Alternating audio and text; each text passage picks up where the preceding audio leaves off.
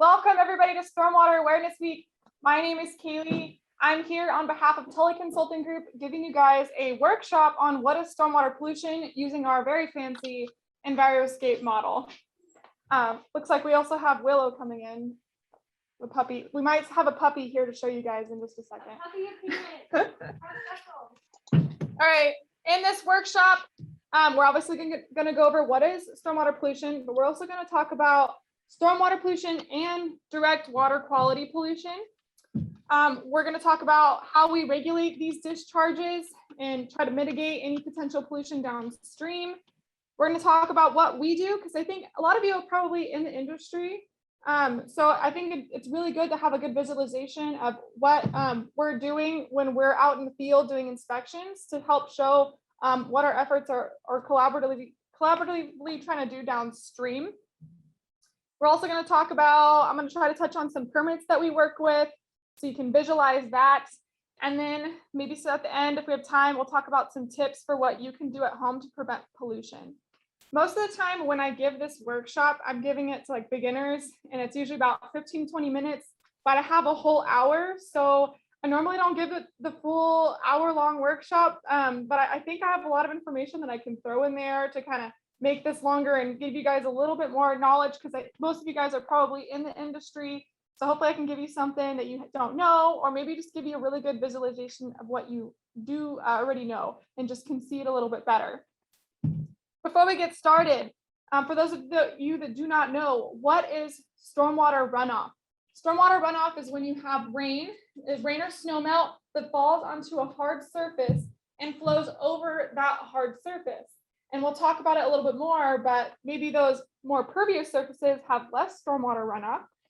But for hard surfaces, stormwater hits the ground, it collects and conveys and travels downstream. Now, why does it have so much potential for harming our water quality downstream? Well, that's because it takes all these pollutants that are otherwise distributed all along land, and then it takes those pollutants and it picks them up with the stormwater, and the stormwater carries it downstream. So stormwater, it cleans off your surfaces, but along the way, it picks up these pollutants and transports them downstream, where it collectively concentrates into like this toilet bowl, almost terrible reference, but that's kind of how I visualize it, downstream, where it collects and concentrates. So that's some background as to what stormwater runoff is. And then, like I said earlier, we're going to talk a little bit about pervious surfaces. And just like a little hint is that, you know, I talked about how stormwater has the potential to pick up pollutants, and stormwater has that potential to harm our waterways. Well, a lot of what we do is we want to control that stormwater runoff and try to keep it on site as much as possible. And so vegetation is actually really good at trapping that stormwater and keeping it on site, and therefore reducing the amount of stormwater runoff, and therefore reducing the amount of potential pollutants to be transported by that runoff. Oh, I forgot to mention, but if you guys have any questions, or you guys want me to try to demonstrate something later on that I didn't touch on, you can always write a comment, and May will reach out to me and try to talk to me when it's a good time, and I'd be more than happy to help. Is everything going smooth so far? Awesome, great. All right, here comes the exciting part, everybody's favorite. And the puppy keeps teasing me. They keep moving the puppy.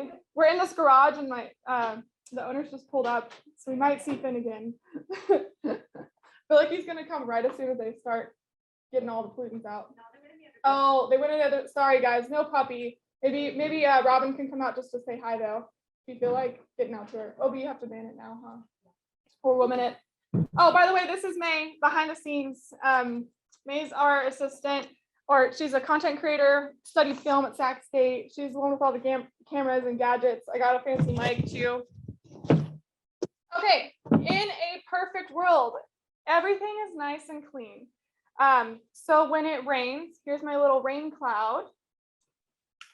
I'm going to spray it's going to rain over these surfaces, and the Enviroscape's nice and clean. The world is clean. So as stormwater flows over, collects, concentrates, it doesn't pick up any pollutants. And so it goes downstream and it's nice and clean, which is what we want, right? But if you guys saw my little promo in a TikTok video, you know that the world is much dirtier than that. Or maybe you work in the industry, so you know the world is much dirtier in real life. And That's what we're going to talk about today is what is the potential for pollution. This is what we want, but that doesn't happen. Before I move on, this is the Enviroscape model. If you guys want to buy one, just Google Enviroscape, you can find it on there. On the Enviroscape, it allows us to just show an interactive, just kind of visual demonstration as to what stormwater pollution looks like. Over here, I have a construction site. I want to move it a little bit. There you go. Thank you. We have a construction site. We have a residential community with a little street, and there's also a little inlet right here, and the outlet is right here, and so it's going to discharge downstream. I have a little golf course. I have a mountain with hillsides. Maybe there was a wildfire over there. We'll see what happens later on. I have a sewage treatment facility, an industrial facility with a parking lot. I also have, I'm going to call this my highway because we do a lot of Caltrans work. Let's see, we have stream banks, shorelines, tributaries, and then I also have a little barn, some ag land. I have some cows, some cattle, and a crop down here. And then everything, as you can kind of see, it's probably kind of hard to see 3D a little bit, but everything's going to slope and flow downstream and into our lake. It could be your ocean. Just basically everything's going to travel to the lowest point and kind of collect down there. All right, where should we start? Oh, I need to go over my pollutants. So over here, I have various pollutants that we do encounter all of the time. Can't move the camera, so I have to figure out where to put this. All right, common pollutant is oil, petroleum, gasoline. We also have trash, which is just spice mix. We have our sludge, wastewater. We also have cement slurry. We see this a lot on construction sites. We have oils and grease. So like just regular like chicken fat or vegetable oils. We also have pesticides. Might be kind of hard to read these. It's all about the color though. Fertilizer, soil, sediment, loose dirt. I have sewage, ew, disgusting. It's just coffee grounds. And then I also have a variety of BMPs that I'm going to use later on in the demonstration. So I have a little inlet protection, just a pipe cleaner. Now, a disclaimer is that these BMPs may not work as effectively as they would in the real world, but as we know, being in the industry, BMPs don't work effectively unless if they're properly installed. So hopefully I install these properly. They actually tend to work usually pretty well for this demonstration. I have little gravel bags filled with actual little rocks and like felt. I have fiber roll. It's really thick, so I might use the pipe cleaners as fiber roll too. And then I also have a little bit more gravel bags, really cute. And of course, can't forget my favorite BMP is vegetation. And I might use the sponge as well. This might be my hydraulic mulch, but this will also function as a perimeter control for vegetation later on. All right, let's start putting pollutants on here. So what do I want to start? All right, residential areas.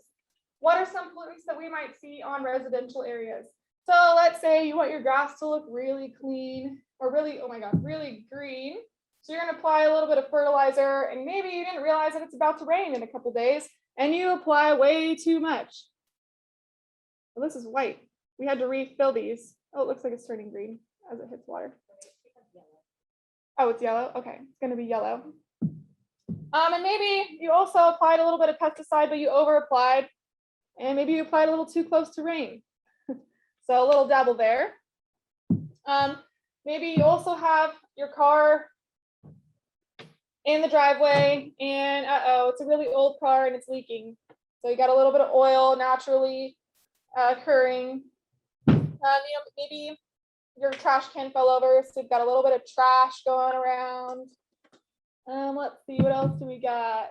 You got a little bit of construction going on. You're building a pool in the backyard and it's not stabilized dirt.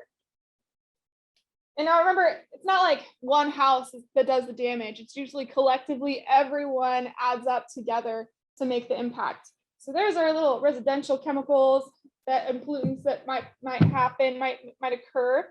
We also have our golf course here, heavy on the fertilizer. Coral reefs tend to, coral reefs in Hawaii, downstream of golf courses, tend to get impacted by that fertilizer. When I went to Honolulu last time, the restoration people were talking about that. Let's see. Oh, I forgot, from a residential area, you might have some oils and grease. Maybe you're flushing it down the drain or something, or you spilled some oil. Like this is besides like petroleum oil. All right, let's talk about our industrial facility. They have a permit. Everybody that will have to obtain a permit before they can discharge into a water body or wherever they're discharging to, but they have wastewater and sludge. So going to add a little bit of sludge for that facility. They have some wastewaters as a byproduct of their processes. They also have a parking lot. So maybe there's a little bit of oil, petroleum, oil spills. Oops, that was a lot. Let's see, what else do we got? They might also have a little bit of fertilizer. They want their grass nice and green. It's a nice, beautiful industrial facility. And we'll move on from there. Our farm, we've got, maybe they need some fertilizer. Maybe the crop's having a hard time this year. They've got a little bit of fertilizer and they maybe applied a little too much right before the rain, oversaturated the soil. Maybe there was a really bad bug year, so they need to apply a lot of pesticide and they over apply it or improperly apply it. We've also got our sewage treatment facility.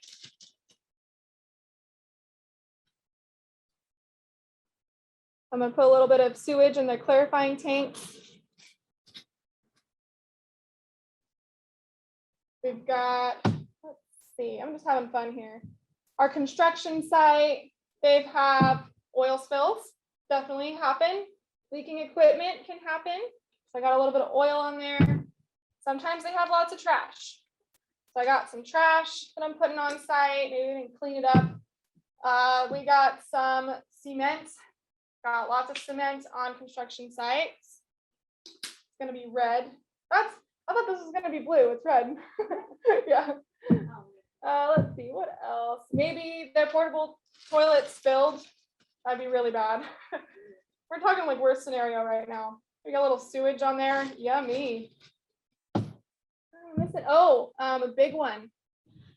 Construction sites disturb a lot of soil, so I'm actually going to take the cap off. You know, they got a stockpile, and they've got a bunch of little open soils over there.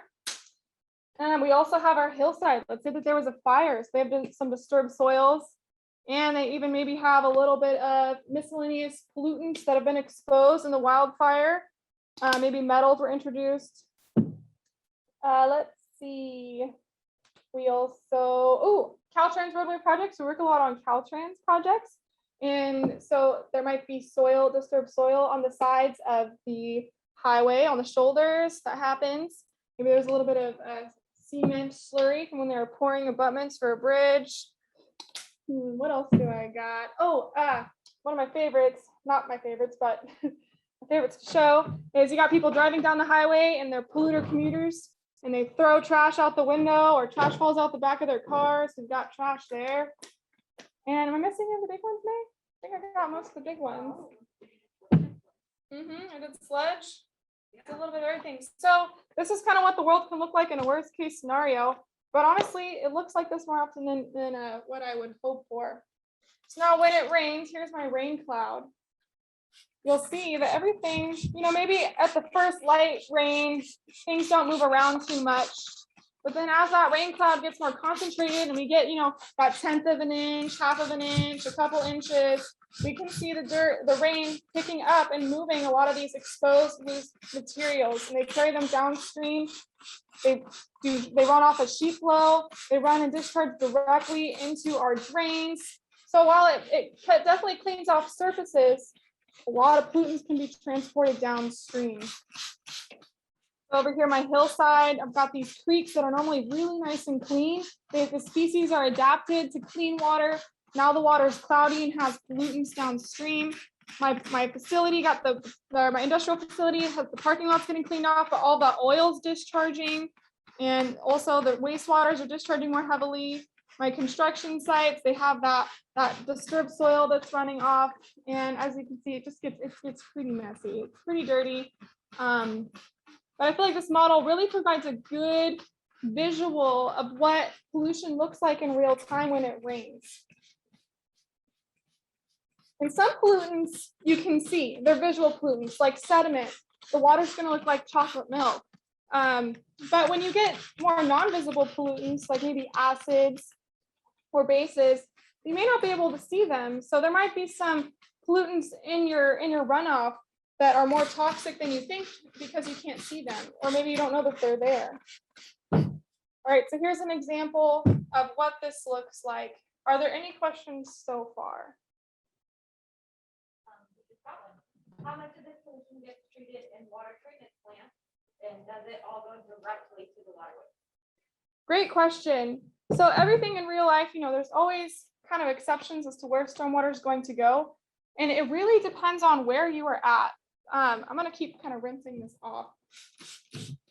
So let's see, if you're in San Francisco, I think I always get this one confused, but if you're in San Francisco, I believe your stormwater runoff goes into drain inlets that then combine, I think they combine with with sewage pipes. I think that was what the situation with San Francisco. I've been told a ton of times, but I always have to refresh my memory on it because I don't know why it never sticks.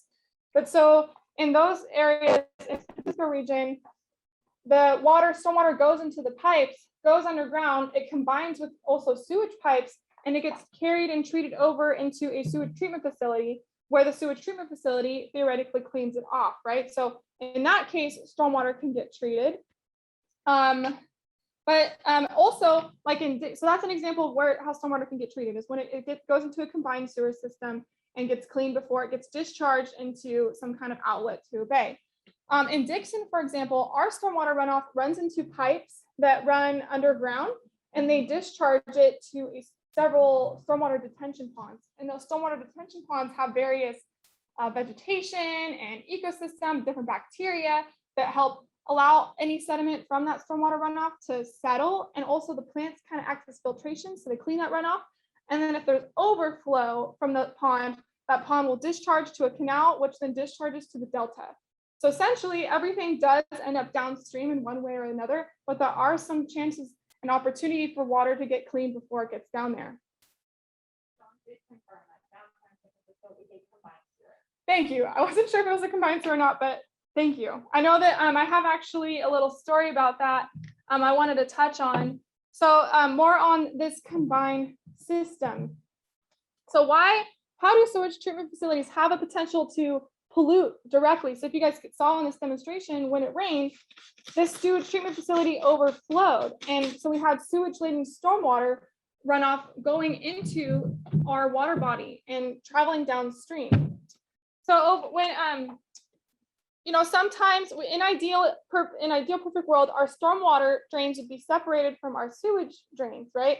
So when you go to the bathroom and flush the toilet, the sewage travels underwater via drains to the sewage treatment facility, and then the stormwater goes underground into a drain where it discharges to an overflow area where water can quickly leave the area and prevent flooding.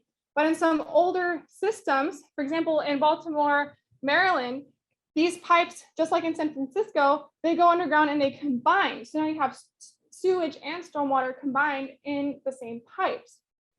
And what happens with that is that sounds great, it gets treated and cleaned. However, when there's a lot of stormwater runoff, that can overflow and flood the system. And there could be leaks in that system because they're usually pretty old. And so you have this stormwater that overflows the capacity and output capacity for that sewage treatment facility, and it could push back up through the system, and you could actually have sewage-laden stormwater runoff leaking back out of your storm drains. And this happened in Baltimore, Maryland. It happens pretty frequently. This was back in 2018, over on Memorial Weekend. 10 million gallons of sewage contaminated water flowed back out onto the streets. The overflows are the result of cracks and breaks in the aged sewer system of its century-old design. So pretty gross. That's why you would preferably like your system, your sewage treatment and your stormwater runoff systems to be separate. This also happened, I think actually it's happened in Santa Monica. I have the, where is it? There was a $2 million settlement with down in Los Angeles area where the same thing happened, or no, I think that there was, I read it today. There was an unpermitted discharge of floating plastic debris, such as foam and hygiene products, landsets, and other waste items that were discharged from the underground storm drain system at the treatment plant. So the review of the incidents found that a large storm event, a failed valve, and flooding of the pumping plant's basement combined with old plastic waste caught in the Hyperion storm drain system, and it caused unauthorized discharge through the plant's 1 mile outfall to the Santa Monica Bay. The incidents occurred while the plant's regular 5 mile outlet was closed for an upgrade to the plant's pumping system. So this stuff still happens where combined sewer systems can overflow and flood, and you have unwanted discharge of sewage laden runoff. Any other questions? Okay, let me get back on track. All right. So how do we regulate this? This is pretty dirty. This is pretty gross. We don't want this happening in our waterways. So what do we do to take care of this and prevent this from happening? Well, let's go back a little bit of history-wise, and I'm not super into history, but I think I know enough to give you guys a good overview. So back in the 50s, 60s, 70s, there wasn't a lot of regulation on our stormwater discharges and water discharges in general. And what happened was there was various oils and greases that were being discharged directly into the rivers. There was various petroleum, like people could basically discharge almost whatever they wanted into the waterways, from what I understand, to the point where our rivers were actually catching on fire. There were so many pollutants that they would catch on fire. And in about the 70s, it was like the Catalhoya River fire, people said, okay, enough is enough. I'm tired of my rivers catching on fire. And so the people spoke up, and therefore, all right, so what do we do here at Tully Consulting Group? And I'm sure many of you are probably familiar with this. We're good? Okay, cool. I'm sure many of you are familiar with this. But I really appreciate the visual of what we do and what other similar industries do. And I made this really messy. All right, so we mainly work with construction sites, and we help them adhere to their construction general permit. We also work with 401 and 404 permits. And we actually do some industrial work, and we're trying to get more into the municipal side of things too. But we mainly focus, and we have a lot of our clients in the construction industry. So the construction sites, we go out there, they have to, if they're over an acre of soil disturbance, they have to obtain a permit. They have to obtain the CGP through the state of California or the federal government, depending on the jurisdiction that they're in. And that permit is going to outline the rules and regulations that site has to follow in order to be compliant, and therefore reduce the amount of stormwater and water quality impact that they have downstream.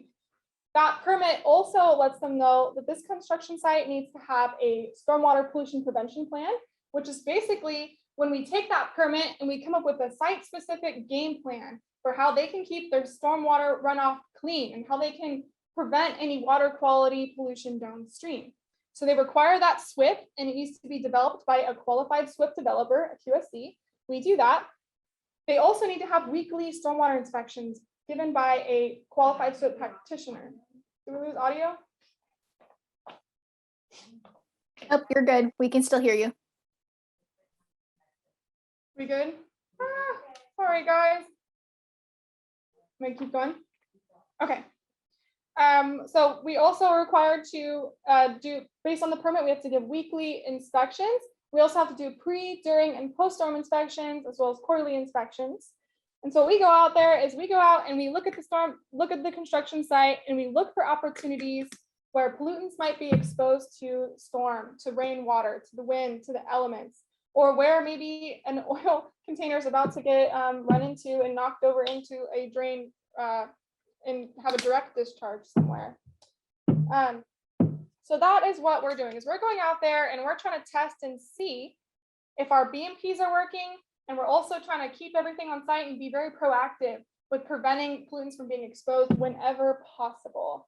Let's see what else. Oh, I need some more soil. So we usually have a lot of open soil on our sites because they're doing big, cool jobs.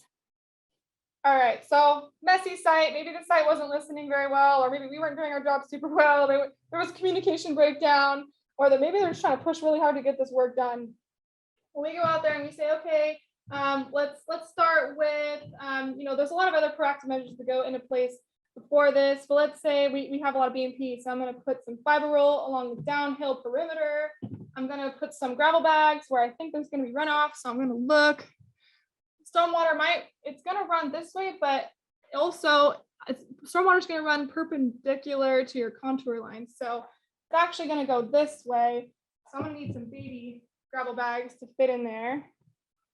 I'm going to put these in, and obviously you wouldn't put these on somebody else's property, but just for the sake of this demonstration, I got little check dams going on to help control the runoff because my site's really messy.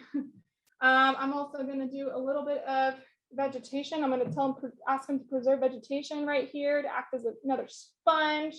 I also want a little bit of inlet protection down here.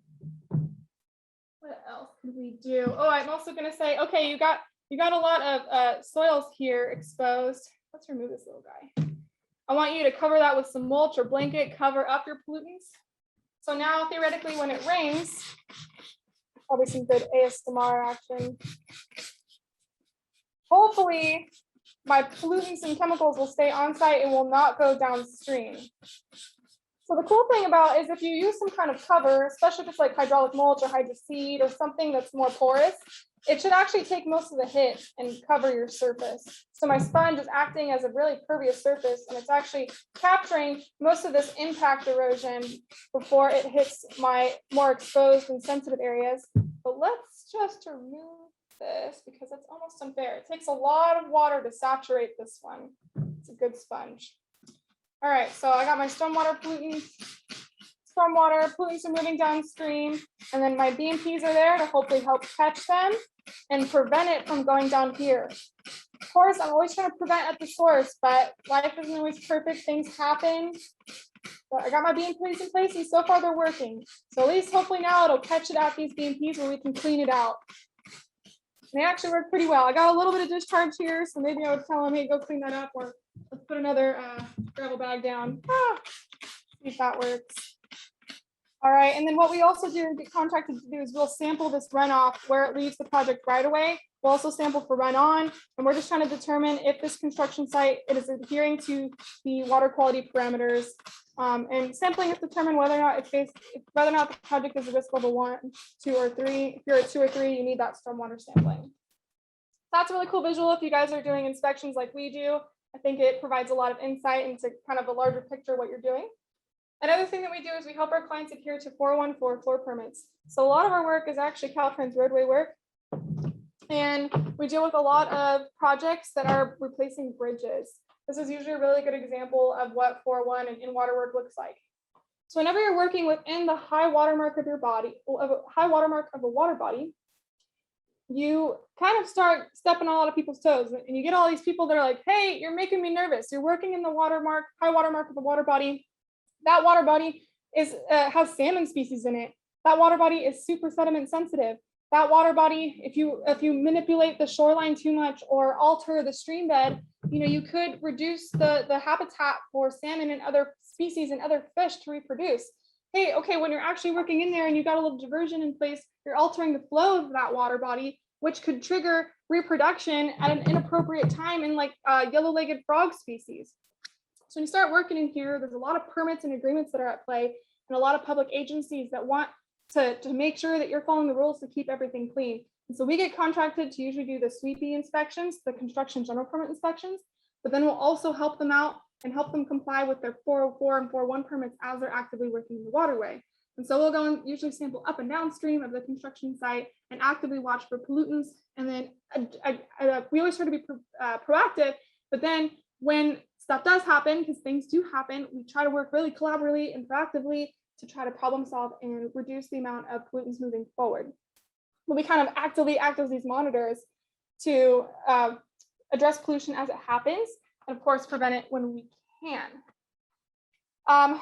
Other inspections that we don't usually do, but there's also municipal and industrial permits. So there's permits that are specific to whatever industry you're in that are regulating the specific pollutant of concern for your industry. And so there's different inspections. I can't remember if I don't do them a lot. I'm really familiar with the construction side of things, but the industrial one, I believe is it still weekly, John?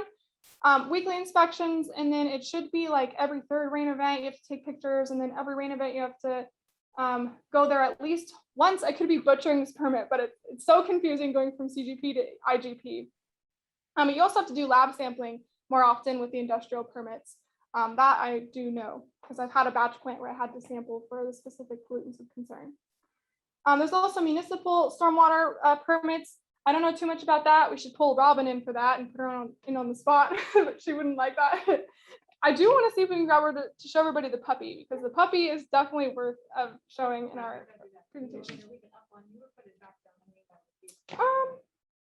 Probably on the Enviroscape is fine. I feel like it's, yeah. Okay. Let's see, what else can we talk about? So we talked about the different permits that we work with, and the permits are just the rules and regulations that sites in different industries have to adhere to help minimize their impact downstream. Let's see, what can you do at home? So if you're not in the industry, but you're really passionate about stormwater pollution, what are some things that you could do? Well, you can do various things. You could, I got my little guides here. Before it rains, you can always do a little mini inspection of your backyard and your front yard and look, okay, do you have a leaky car in the driveway? You should maintenance that vehicle, maybe put a drip pan underneath, and then clean up any oil that comes up from that. Maybe have the oil booms there or absorbent pads to pick up your oil. So again, to repeat that, long story short, if you have a leaky car in your driveway that's leaking oil, put a drip pan underneath and get it serviced to prevent it from leaking further, and then also clean the oil spill off the ground. If you also want your yard to be nice and green, look at using and following the directions on your fertilizers and pesticides as closely as possible, and try not to avoid applying any fertilizer and pesticide right before a rain event. Also be mindful of anything that you're flushing down your drains. Only, try to keep it as clean as possible for where you're flushing down the drain. Avoid flushing down oils and greases. Something else is that if you're doing backyard construction and you have cement mix bags that are stacked in your backyard, I've definitely seen that. That cement is very, very basic. So over here, it's more on this side of the scale of the pH scale. It's really basic and it can burn. Oh, my bad, sorry. It's more on the basic side of the pH scale and it can burn your skin. You don't want that cement mix getting exposed to stormwater and going right into the drain where it could potentially discharge right into a sensitive water body that can burn fish. You ideally only want things with a pH between 6.5 and 8.5 going in your waterways. So if you have those cement mix bags exposed in your backyard, cover them, ideally put them inside. If they're ripped and damaged, scoop it up, dispose of any of the mix that you've left out.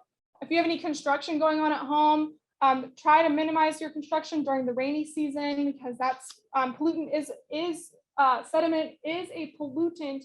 And so you want to reduce the amount of sediment that's exposed during the winter time. So reduce any really big construction projects in your backyard. So maybe the summer months is ideal. You can also plant a rain garden. So vegetation is a very, very good, and sorry, I'll take the puppy. May's got the puppy here. Vegetation is really, really good at filtering stormwater. It has the capacity, like all the microbes and bacteria, they have the capacity to help filter out pollutants. They help trap sediment. So building a rain garden is an excellent way to do your part to retain stormwater on site, percolate to groundwater, recharge groundwater, and then keep things cleaner. This is Finnegan Jameson Tully. Oh, that was perfect timing. He's a golden retriever puppy and it's the cutest. So He's our guest speaker today. he's our guest speaker today. I can't help but show him off while he's here. But for a rain garden, if you want to plant one of those in your backyard, you kind of look where water's flowing in your backyard, dig a little bit of a hole, and you want to definitely look up instructions. This is just the gist of what to do. And line it with some rock, put some mulch down, and then also plant some species that can tolerate that like flood-like state, but also, we're in California, so maybe species that also tolerate the drought during the winter, but can handle the rain in the winter, or handle drought in the summer and handle rain in the winter. So rain gardens are excellent. They can, per this article, they can remove up to 90% of nutrients, fertilizers, and chemicals from stormwater runoff. The gardens absorb 30% more water into the ground compared to turf lawns. according to the EPA. So you can also install a rain garden. Any other questions?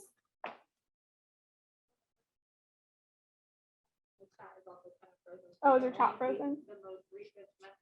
Okay, what time is it? Oh, we still have time. Okay, well, I have a couple other resources that I can always go over. Thank you.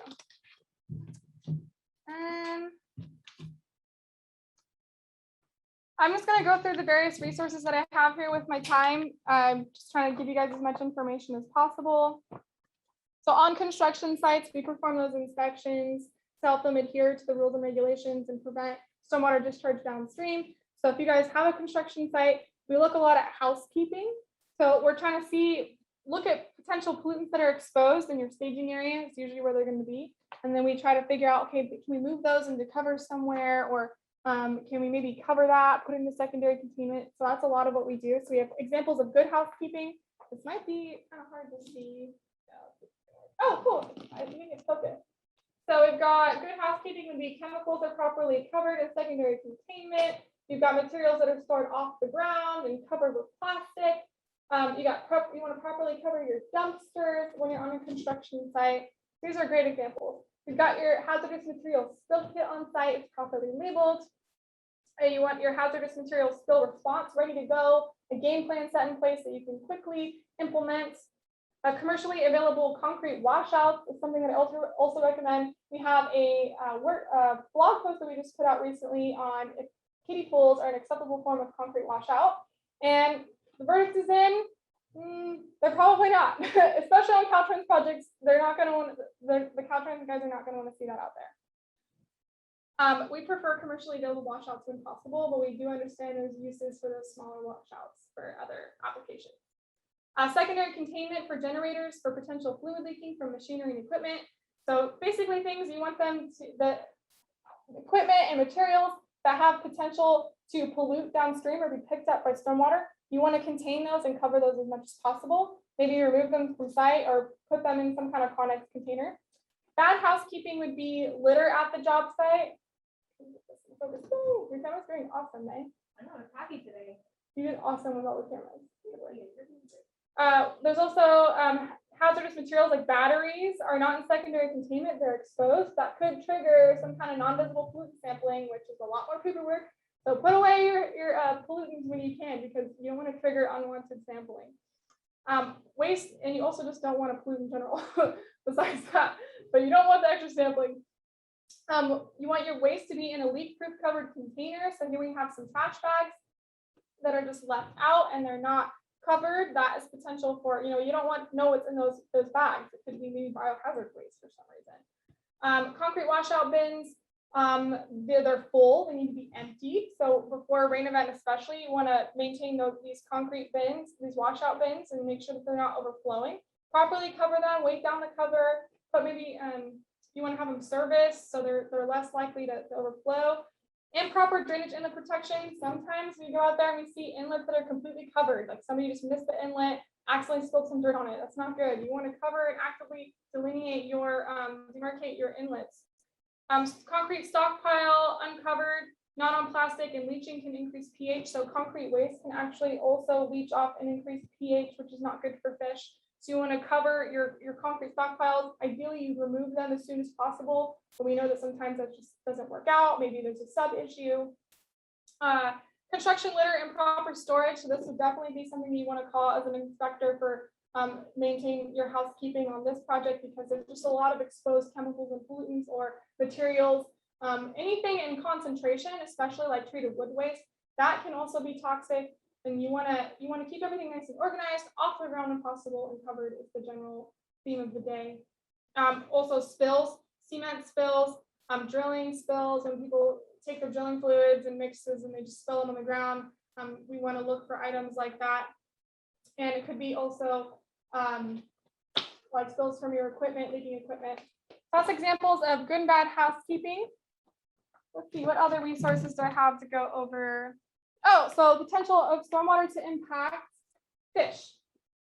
So this was a study back in 2018. So this was from, was it Washington State University? So the title is Coho Salmon Die, Chum Salmon Survive in Stormwater Runoff. And it was really interesting because coho salmon, which I believe are a sensitive species of salmon, they're an endangered species of salmon. The scientists found that the coho salmon became sick and nearly died within just a few hours of exposure to polluted stormwater. But chum salmon showed no signs of ill effects after prolonged exposure to the same water. So that's just kind of an interesting study, but salmon can have a reaction to the stormwater runoff. Stormwater is toxic to fish because it can include carcinogenic hydrocarbons, metals, and other organic compounds, most of which have been yet to be identified. Interesting study over there. I also have various enforcement news about why, of course, we care about the environment downstream. We want our water to be clean, but it can also come at expensive fines if you're not following the rules. So, some people need those fines to adhere to permits and everything. So here was a $2 million settlement for discharges to a creek up in Willits. So there was sediment. How many gallons? It was 3.4 million gallons of sediment-laden stormwater from a construction site entered the creek, not our site, but it cost them about $2 million in settlement. And they said abnormally high levels of sediment and stormwater runoff can smother aquatic animals and habitats, alter or obstruct flows resulting in flooding, and reduce water clarity, which makes it difficult for organisms to breathe, find food and refuge, and reproduce. So $2 million. So these things are real. The fines are real. And then also, if you just don't get a permit, that can also cost you some. So here's two different situations. One was a $20,000 penalty for not obtaining a permit, and another was $100,000 for not obtaining a permit. And those were just actual landowners, not even industrial facilities or anything like that. Let's see, I think that was pretty much everything I could think of. Yeah, go ahead. With the rainy season starting at the end of the week, what should construction sites be doing right now to prepare their site? From John. Oh, thank you, John. Great question. There's various things that you should be doing to get your construction sites ready. I think that one of the biggest things right now would be scheduling.